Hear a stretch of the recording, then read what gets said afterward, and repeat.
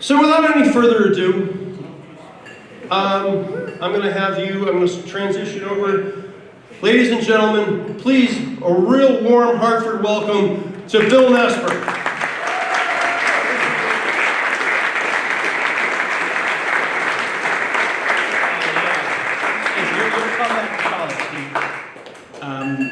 We're going to put this on my... This is for recording purposes. Yes. Excellent. Just make sure. Well, thank you for that introduction, and thank you to all of you for the just being here. I just want to say, so as Steve said, I'm Bill Nesper. I'm the Executive Director of the League of American Bicyclists. Some of you know what that is, some of you don't, so it's a mixed room. And I want to make sure that you know that I know that most of you live and breathe bicycling, and if I can leave with anything, is just give you an idea that we as an organization nationally are riding with you and want to help you be more effective in doing the things that the board talked about, and truly make a state that is a place where anybody can bike for any reason in any town. And so we're your partners in Washington. Hopefully, we're from Washington. We're here to help. See, this crowd know that. Anyway, so yeah, the history part. Thanks again, Steve, for bringing it up. So yeah, I'm into history. I was really into urban history and development history. I found my place in the league when I was in graduate school and just stayed because they let me run this amazing program called the Bicycle Friendly Community Program, as Steve just said. But one of the cool things about our history is that we're connected tonight, as Steve said. Albert Pope actually was one of the founders of the league, and underwrote we were founded in 1880, but he basically paid for this gigantic petition. It had 150,000 names on it. Went around the country. It was the League of American Wheelmen back then, basically a large club of clubs in the 1880s. Kind of died out in the early 1900s with the advent of the automobile. Pope and others went on to, and the Wright brothers, who were members, went on to do other things. But this petition is it's actually at the National Archives. You can see it. So this is some local history here. They rolled this to Congress and made the case for good roads, which today we know it means a little bit of a different thing. We're going to talk a lot about roads today. I'm sorry if it gets too wonky. Just I don't know, maybe. I think the bar's still open. There's some dessert over there. But I'm going to give you a little bit of background about us. So we are your organization in Washington, D.C. So we, since our founding, really are amplifying the voices of people who ride bikes, who believe in bicycling, who want to create a bicycle-friendly America for everyone. We are amplifying your voices in Washington, D.C. so that then there is the funding, not all the funding, but good funding and good policies that trickle down that help create the great programming and bike facilities that you have at the local level. But those things, as you know, only happen because there are a huge network of change makers, you and others like you around the country, that actually do the work of showing up and going to meetings. And I get to talk to Bruce a bunch tonight. You show up, you go to meetings, you set up rides, I know there's a bunch of LCIs, league cycling instructors in the room here. I talked to several of you today. People that make bicycling possible across the country for people who want to ride or may not yet know that they want to ride. So that's an important role that we play at the national level in amplifying your voices on Capitol Hill, but also helping develop and support the local work. We're an organization of 400 state and local advocacy organizations and about 600 recreational bike clubs around the country. So here's from our website an example of the local orgs here in Connecticut and the local clubs that are members of our organization. I want to give a big shout out to them for the good work that they do.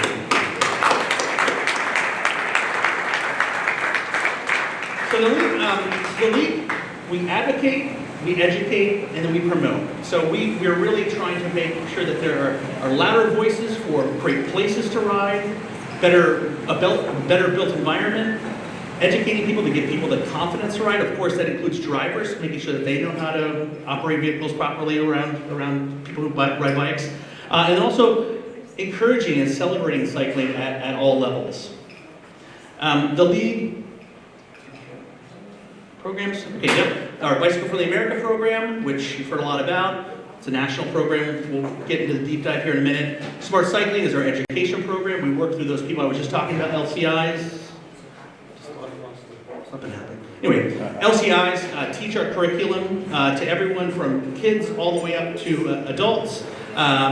We provide, I think a video went out just so you know.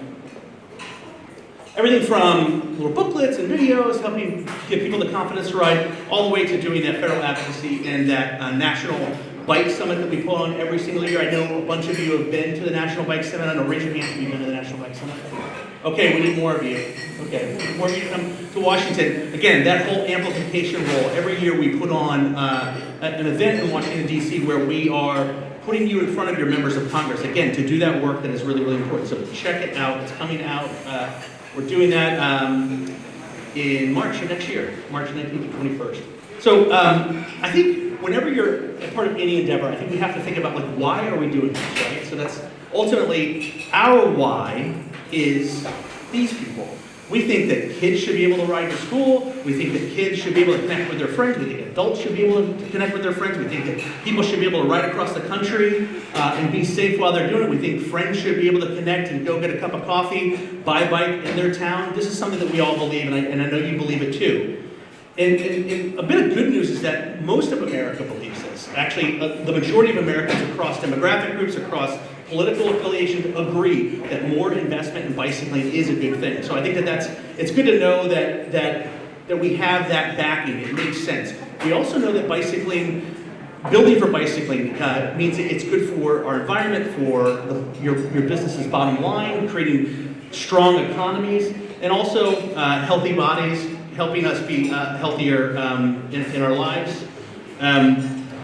We know that bicycling is good for the environment, and doing so is if we can just do a little bit. You know, Steve sort of made, I'm a car dealer or whatever. You know, probably I think the only car dealer that is a bicycle-friendly business. I just have to give you a shout out for that. I mean, incredible. You know, I think at times the bicycling movement can seem somewhat adversarial to, like, car culture and all that. I think what we want is to be able to coexist and to make it possible for people to not have to have, I'm sorry, Steve, 4 cars. We want to make it possible for people to be able to live a car-light lifestyle, or to have whatever cars they want, but to be able to ride, to do this or that, to have more choices. That's the kind of world that we want to help create, and also have been working very closely with the auto industry on that advocacy side to make sure that the cars that have become much, much safer for people that are inside the cars are actually safer for people outside the cars as well. Really great technology coming out that's going to make our lives better, but there's obviously a lot that we can do together. So this is, the dark part of the program. Like, what's going on here? Well, we are not leaders. The United States is no longer a leader in traffic safety. The rest of the developing world has left us behind. As you can see, as reported in the New York Times last year, we have a lot of traffic fatalities on our streets, 40,000 a year now, and somehow we act as if that's okay. I think we forget. I mean, how many people is that per month? We really have to think about that, but we don't. I think it's an accepted risk that we take. It's part of the culture, but it's good for everyone to know. I think we like to be good at things, and we believe in America. We think we can get ourselves out of this, but we are clearly not leading on this thing now, and other countries are. This is a graph with sort of putting just an idea, giving you like a picture of the blue is traffic fatalities per capita. The arrow is to Connecticut. So the red lines are all U.S. states. The blue are countries. So you get an idea of, you can kind of see where we fall, where Connecticut falls. I promised I wasn't going to talk too much about Massachusetts. I'm sorry. And here's the disclaimer. There's going to be some Massachusetts talk. talking tonight. Because, they're doing a little bit better on this and on some other things. And I think there's a real opportunity to learn from them and beat them, right? Let's do it. Another thing about these traffic fatalities is that they're not equal. They're not just happening equally across the board. Actually, people of color are actually highly and older Americans are actually more vulnerable and are more highly represented in those traffic fatalities. So, and those numbers are going up for older populations. For example, for 55 to 59 and 60 to 65, traffic fatalities have gone up by 40 and 45% respectively between those groups. So, but there is something we can do about it, and it is building bicycle-friendly communities. So the research says if you build for bicycling and walking, but this one is particularly about biking. If you build for biking, you're actually making it safer for everybody. And we know how to do that. We also know that these are the places that people want to live, they want to work, they want to visit, they want to retire there. So we know how to do this. You have 11 of them in Connecticut. But we don't have enough of them in the United States. Right now, 28% of Americans live in bicycle-friendly communities. About 11% live in high-level bicycle-friendly communities, so silver or above. So that's really what we're shooting for. You have 2 here in Connecticut. And the reason why that's important is because the data shows that a silver or above bicycle-friendly community has about 3 times the ridership of an average U.S. city. So people are riding their bikes, and it's a safer place to be. We want to recognize cities for doing this work. Really, that long application that they were talking about, I mean, it is a heavy lift. It's a lot of work. You all who have worked on this application know. And it's really by design that it brings people across different agencies to come together to bring the data that really matters to make bicycling safe and comfortable, accessible to all. So it's by design that you have to, if you do a bicycle-friendly community application, you have to work with others. It can't just be the transportation department. It has to be parks. It has to be it has to be schools. It has to be everybody. So, and I think those who have worked on these applications can tell you it's a lot of work, but it bears fruit. It's like a long bike ride, into the wind. But there's a really great place with tasty beverages at the very end of it. So we give everybody that applies to the Bicycle Friendly Community Program feedback. So you get a report card. We tell you, these are what we think are the priorities. And so, as I mentioned, there are 11 here in Connecticut. There are 501 across the country. Varying levels. We give awards from bronze through platinum. We've actually created a new level beyond platinum because the platinum communities are like, please give us something else to shoot for. So there is a diamond, but it's basically unobtainium right now. Nobody's able to go in. And it's not a gimme. I think it's really important to know that those of you who have applied and didn't get anything, that's actually the majority of applicants don't get an award. It's only about 37% actually get something in the process. So keep at it. It's not a gimme. Here's the listing. So you are the 20th, your 20th of bicycle-friendly states, and here are the numbers of that you have, like the makeup of your bicycle-friendly communities. And here's the list. We already went through these, but I'll get through kind of quickly. Similarly to the Bicycle Friendly Community Program, I guess not super similar. We require everybody to fill it out, so every state has to fill out a form. Number 1 is Massachusetts. Again, I promise not to talk about them too much. Here's Connecticut, number 20. So you get an idea. This is available on our website. You can get an idea of what were the key actions. For example, Connecticut is one of 4 states in the whole country that have done what we consider the 5 key actions. It's amazing. It's amazing. You did it.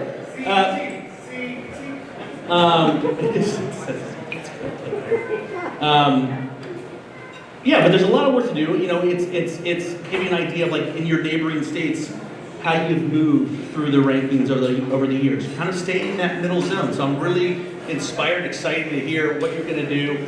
hopefully give you some good ideas on what you can do to become a more bicycle-friendly state. So doing that really starts with building strong bicycle-friendly communities. So I think that it makes a whole lot of sense to start there with your new vision and strategy for making a more bicycle-friendly Connecticut.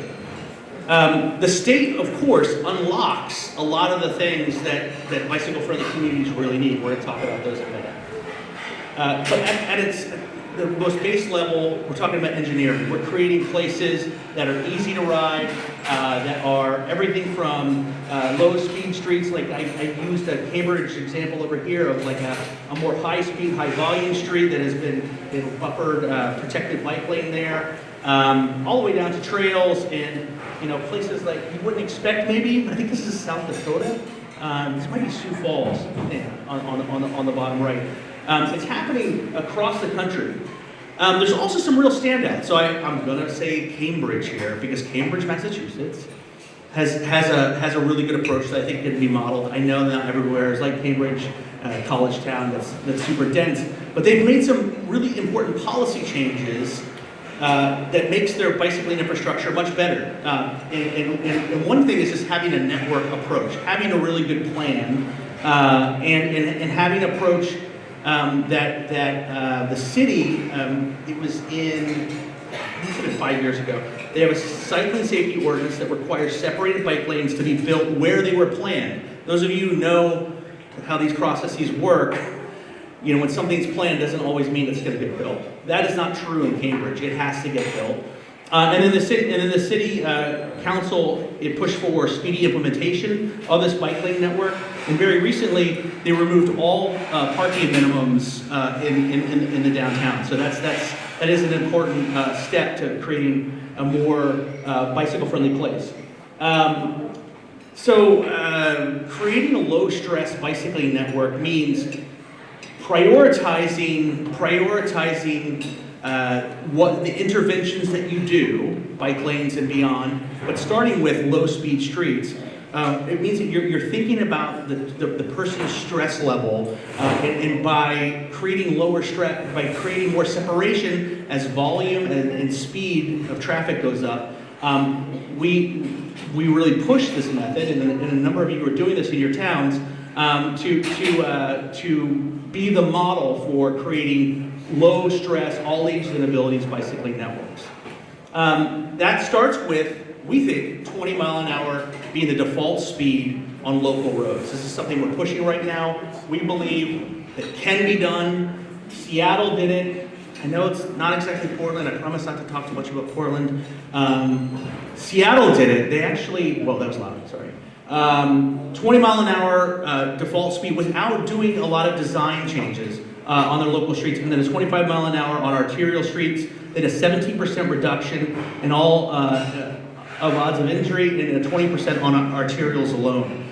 This is consistent with what the World Health Organization is saying internationally, which is 30 kilometers an hour, which is like 18 miles an hour. So the idea here is that our local roads, your neighborhood streets should not have a default speed of 25 miles an hour. Now in Connecticut, you're actually one of the few states where the state doesn't say what your local speed has to be. So you can do this. This is a sort of takeaway. You can, with what seems like a receptive state DOT, ask for this kind of thing in your town. Pilots, a pilot program perhaps. But it's one of the things that we're really trying to push very hard in our campaign called Slow Roads Save Lives. It is reframing road design to be more people-centric. It doesn't have to be super urban. Neighborhood streets really should be people-centric. And designing for 20 miles an hour is more than first signing for 20. Resetting the speed limit actually does have an effect, as we saw in Seattle. But designing for lower speeds is the key. Most of your roads are local roads. Most of your potential bike network is a local road that could be a lower speed limit. So this is something, the data shows that if you were to get hit at 20 miles an hour by a car, you have a 90% chance of living.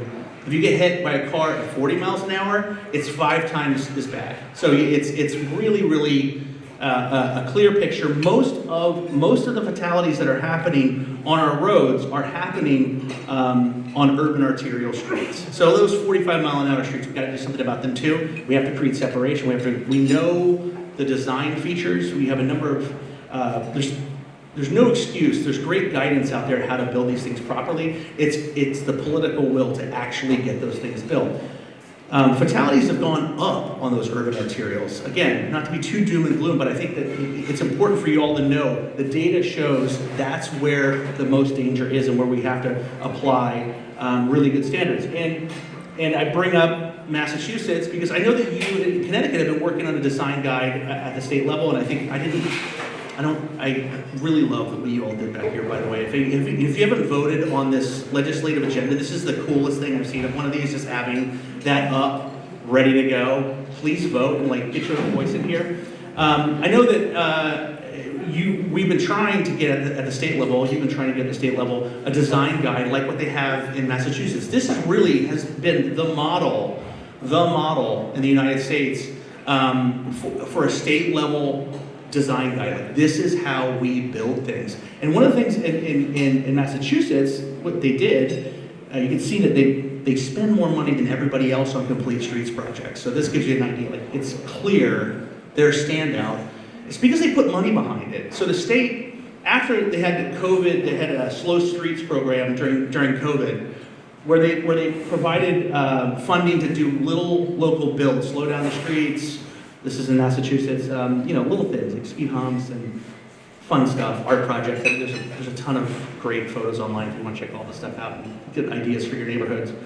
But after COVID, they actually extended the program. So there is funding to do inventive, complete streets conforming projects across Massachusetts. And I think this is something that, that would be great to do here. I also want to bring up a couple cool examples. This is in Kirkland, Washington. This one over here is in Minneapolis. In Minneapolis, I know you probably have heard this a million times, I want to say it again, they plow their paths and sidewalks before they do their streets in Minneapolis. Yeah. So, yeah, and then little cool things like this rail, like the stair rail, sometimes they call it a Dutch stair. It really doesn't take a lot of money to make it possible for what would be a real barrier for somebody who's riding. So those are two cool little examples. Also, just some pictures of, places that you might, I don't know, can I go off the screen there a little bit? Decatur, Georgia, you might not pop to mind when you think bicycle-friendly community, but they're doing some really inventive stuff like this intersection project. Really cool path. Obviously, events is a huge part of creating a bicycle-friendly place. The next E is education. So we heard about the LTIs. We heard about classes that can be taught on. This has to be part of your regular operations. The league is pushing for every kid in America should have in-school, on-bike education before high school. And you all are really doing, in some places, really doing that. So I have to applaud Simsbury and Avon. I think South Windsor, who are doing this. I saw the videos of you doing this. That's a national, we believe that's an international standard. There's not a lot of places in the United States that are doing that. Since 2012, since 2012, Simsbury Public Schools have provided long bike safety education for all students in elementary schools. Avon has a recumbent trike so kids with certain disabilities can learn to bike. And that's incredible. So that's really low cost, but high empathy, high creative thinking ways to create bicycle-friendly communities. So I have to applaud that. Bicycle-friendly drivers, another thing that's really, really important. It's a newish thing for us to do. You can have a class that you can do online. We know that the Bike Tech Committee in Simsbury has partnered with the Simsbury Senior Center to offer this programming to folks there in the Senior Center. And that was a highlight of the application. We love it. Next E is encouragement, so providing people opportunities to ride. You all do this all the time. This today is a good example of a bicycle encouraging activity. We all need to get together, and just be together. And like, it's hard to do this work, right? It's like a long ride. It's important to celebrate what you all are doing and the incredible people that you have that are doing this work. And we're trying to encourage people to do that everywhere, because that's an important thing to do, to showcase what is already being done. But also there's things like bringing a coffee cart to like the Bike to Work Day, and putting on a slow roll, and the Chamber of Commerce in St. Petersburg, Florida, just doing rides around to look at the bicycle-friendly businesses. So that is one of those encouragement activities that is really cool. I'm sorry that I used an example with like palm trees. Oh wait, there's no palm trees. Okay, good. There is, I didn't have a really good picture of the bike train in Lexington, Massachusetts, but this is the San Ramon, California bike train. So again, something that's like low cost, but it takes people showing up and doing these things to get kids organized to go on bike rides to school. There's been a lot written about this. I think maybe it was on Good Morning America, Sam Balto in Portland doing a bike bus. This is an example of that kind of activity, which really goes a long way to making bicycling accessible. Atlanta, they have ambassadors that like introduce new people to their bike share program. The New Orleans, is an example of a place where they're bringing local culture into their bike rides. So you have like a jazz, like a big band, like going along with rides, but also that celebration thing, like making sure that the people at the city level are being praised for the good work that they're doing. Having internal advocates and making those relationships work for the work we need to get done is huge to making truly bicycle-friendly communities. I had my colleague Amelia said, give a shout out to Travelers. I don't know if anybody from Travelers is here, but it's just okay. Because we were just so impressed with your last application and just the whole video project, incredible. But celebrating bicycle-friendly businesses, that alone is a big thing.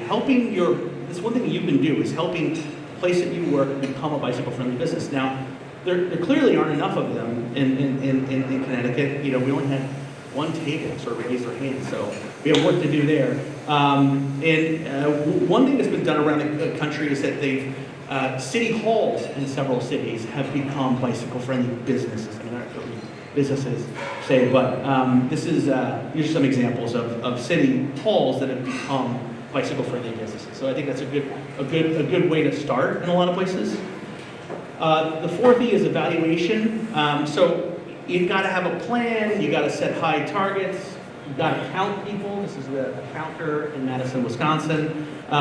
You need to, measure. If it doesn't get measured, if it doesn't count, you don't count, it doesn't count. So you got to do it. You got to plan, and you got to make sure there's funding for it. Here's some other examples of events. Just Carmel, Indiana, really doing some really awesome stuff. Also, a series of bicycle-friendly roundabouts in Carmel, Indiana. If you ever get in the Indianapolis region, this is a suburb that is worth stopping by and checking out the bicycle-friendly community. The last E is equity and access. So we went through a huge change in the last year, and I mean, it was one of that, it was a year and a half of this process. And we really dug into how do we make sure that for everyone in our mission statement is true? The League of American Bicyclists has a very long history. It's a very mixed history of, de facto or de jure exclusion of people, especially people of color. And what we wanted to make sure that we were really leaning into that mission statement that we said that we're creating a bicycle-friendly America for everyone. So how do we do that? How do we make sure, and this is basically what we've done, is that we think equity and access goes across all the other E's. So does every engineering project, are we reaching every part of our community? Are we making sure that every elementary school in Simsbury has bicycling education? Are we making sure that there is an adaptive education program in the school? So this is, there's some examples. This is Portland's map of their equity and inclusion program, like are our bike facilities reaching everywhere that they need to be. So, I think one of the often parts about this is like that we've sort of uncovered recently is like it's not just racial equity or gender identity or it's really people with disabilities make up a huge part of our population, and they're often left out of biking programs. And there's some really good examples of programs like this adaptive bike share program in Portland that is making bike share possible for a whole segment of people that have been left out of bike share for the whole time that it's been going. So it's incredible to see this example and to be able to share this example with other places. I mean, we on our staff consider it to be a real honor to be able to showcase what you are doing in your communities with other places. It's not one size fits all. This program has to meet people where they are, and this is a good example of something that is new to us and so proud to share this in our programming. So key to getting all of this stuff done is building public support. So you know that you've got to have the political will in order to do it. And we think that the Bicycle Friendly Community Program is a great place to start. I love the idea of expanding, using this program throughout Connecticut. We hope that we can be a really good partner to you so that you can be more effective at getting taking the actions that need to be done. We have a couple resources that I want to call out, just a couple of ideas of things that like you might do individually after this. And first off, I mentioned this Slow Road Save Lives pledge. Our Slow Road Saves Lives campaign. We have an individual pledge that basically says, I will drive the speed limit. I know it sounds crazy, but if you believe you can do that, sign the pledge and share with friends. We're trying to show that there's a there. This is a thing, right? And it's funny. I think for the bicyclists, I don't know, we're small and mighty, the bicycling movement. We're doing something here, I think that a lot of organizations aren't doing, and we're really, really proud to have your support to do this kind of thing and talk about that personal responsibility of like driving the speed limit, and of course asking your communities to think about lowering the speed limits. Another thing that we're really proud of is we just did this project with AARP. I'd love for you to check it out. It's a bike audit toolkit. It's really a neighborhood toolkit. I think in any of those communities that you're working in that you're thinking, oh, should we make our community into a bicycle-friendly community? Like, where can we start? I want to start on my neighborhood level. This is a kind of tool that you can use with your neighbors. It's really easy to understand and just sort of take a look and get an idea of like, what's in place? Where's the bike parking? Is that bike lane good enough? What's with this road? It's like 30 miles an hour. It really shouldn't be. Why is that a 14-foot lane? I know it sounds all technical and wonky, but it actually is really, really fun. We have a whole bunch of activities and worksheets on this site. So check out that site on AARP. Great partners. And then, okay, so I said, number one, I want to make sure everybody's, praised for your support of this awesome statewide organization. If you're not already a member, become a member, support this organization. They're doing amazing work from the national level. Connecticut is always showing up at national advocacy events. And I just think that it's like, I walk in this room and I see a bunch of you and I'm like, wow. It's really, I think there's an over-representation nationally for people from Connecticut being involved in national advocacy. So I just have to praise you for that and thank you for helping us be more effective at that national level. And if you're not already supporting, them and your local group, I gotta say, do those things. Take the pledge, dig deeper into the Bicycle Friendly Community Program. There's a ton of things to learn there. I couldn't go through everything. I didn't want to keep you here all night. Use the toolkit in your neighborhood, the bike audit toolkit. If you want to think about becoming a league cycling instructor, there's a few here, and I'm sure we'll talk to you about it. Like if you're interested in helping people experience bicycling and the confidence to ride safer, to ride anywhere, think about doing that. And of course, to become a ride leader if you're not already, like that starts in your neighborhood too. And then lastly, consider joining us in March, in March of 2024 in Washington, D.C. at the National Bike Summit. We'd love to have you. If not, if we don't see you there, just know that we really are so thankful for the work that you're doing here, and we're so thankful for the great community you've developed and that you are developing a more bicycle-friendly Connecticut for everybody.